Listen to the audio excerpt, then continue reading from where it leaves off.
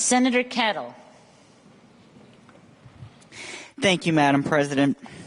We all agree that we need to fix our roads and bridges. Obviously, like Senator Algier said, where we disagree is our ability or way to fund it. Just in my district alone, we have a bridge that we need to fix, and I find it very interesting because it was just fixed 2 years ago, and there's already a hole in it. I, like many of you, have received countless emails, phone calls, letters. You go shopping, people run into you, and it's been absolutely resounding from the people that I represent. I'm not going to speak for the other districts, but they have said no to tolls. My constituents are skeptical. They are skeptical that the cost of the tolls will be passed on to them, and they are skeptical and fearful that the tolls will eventually be extended to passenger vehicles. The language that is in this bill, I commend. It's a start. But that can be changed tomorrow. And to look at the track record of the General Assembly, all right, how can this be any different? When I was born, we had the credit union crisis and a temporary sales tax of 1%, which last time I checked, we're still paying.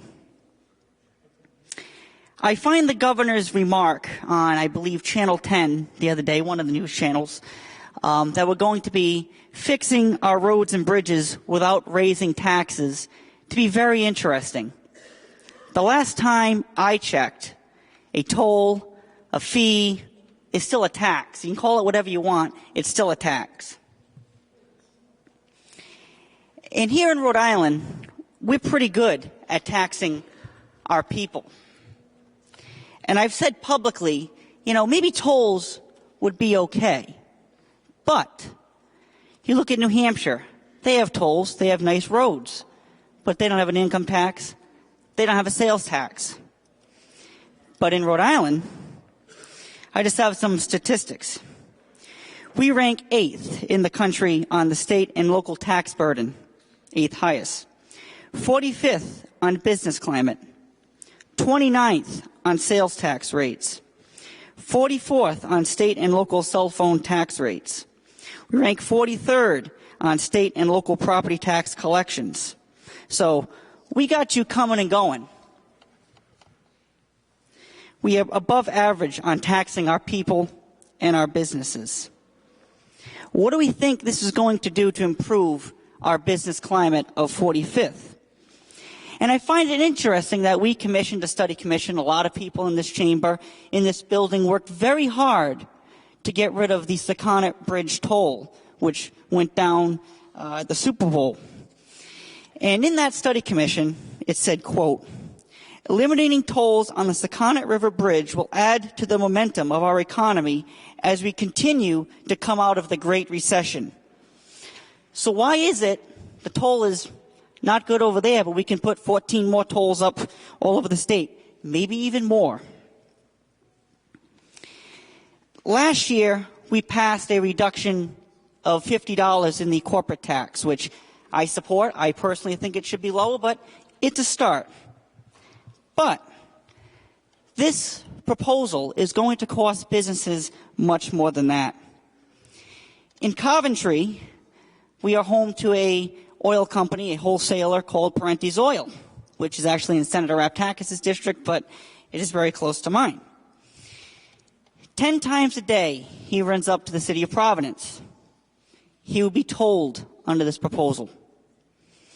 So that'll be $40, okay, $240 a week, over $12,000 a year this is going to cost him. Now, do we expect businesses to just eat that cost? Obviously, the constituents that I've heard from are concerned that this is going to be passed on to them. And also of note, I saw on the news lately that 2 shipping companies are pulling out of Staten Island. Why? Because of tolls.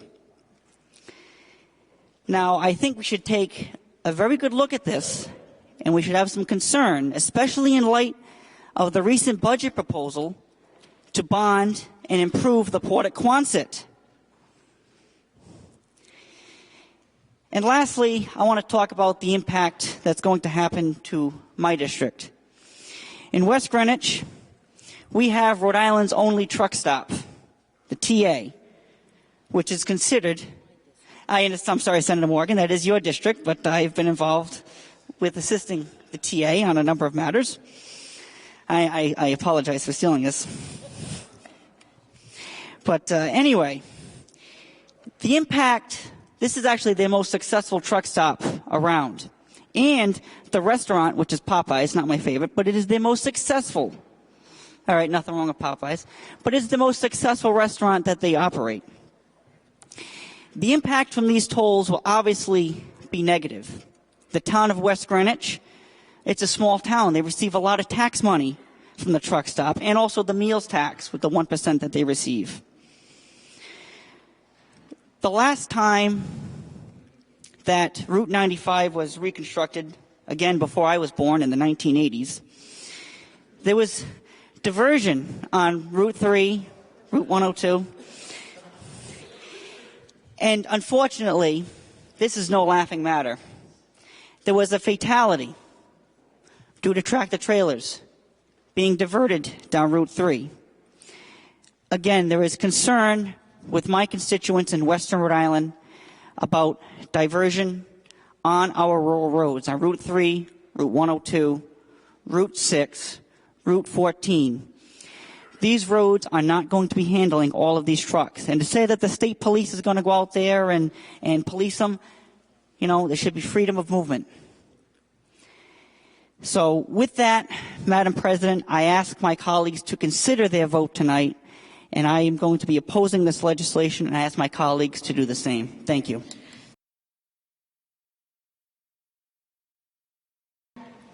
Will the clerk please unlock the machine?